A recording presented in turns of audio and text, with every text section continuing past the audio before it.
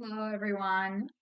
So, I'm going to talk about the most memorable member of my family, and that was my paternal grandmother. Her name was Arifa, and who she was someone really special for me.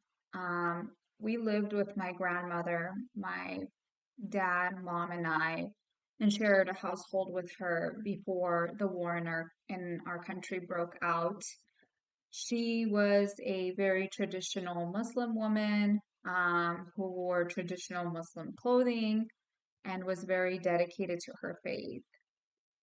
What stood her apart for me was that she was very resilient, she was very strong, and she was very devoted to her faith. She raised five children on her own because my grandfather passed early on. And she survived a brutal war in our country that took place in the 90s. Even after living through this horrific experience and surviving this horrific war, she never lost her faith. She followed Islam to the T. And even at the end of her life, she prayed 5 times a day and fasted during Ramadan. And this set an example for me because she exemplified someone who was a person of strong morals and values and someone of honor. She always honored her word.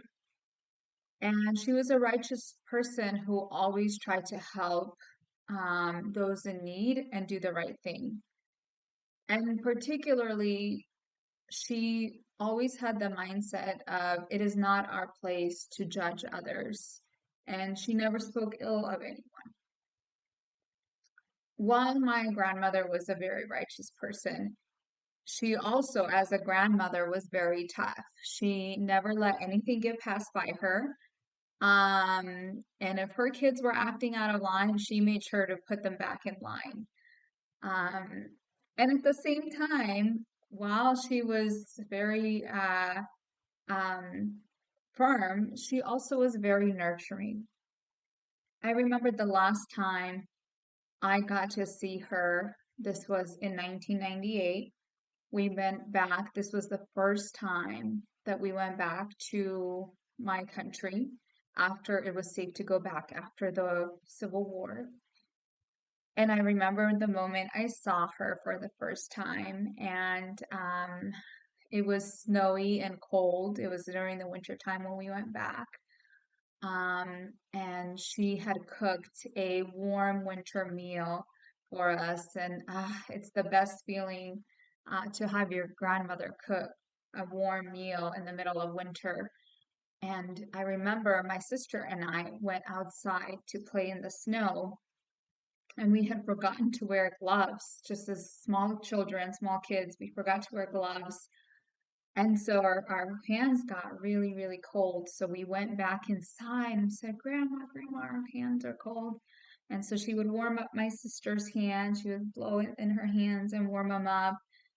And I remember sitting with her, watching her pray. And when she would be done with her prayer, she would cut up fruit for us. She would cut up apple into tiny, tiny pieces to make sure that we could eat it. Even though we were big, she still was wanting to take care of us and nurture us. Unfortunately, this would be the last time that I would get to see my grandmother. She sadly passed away 2 years after that visit in 2000. And it was a really, really sad moment in my life when she passed away because I knew in this lifetime I would not get to see her again.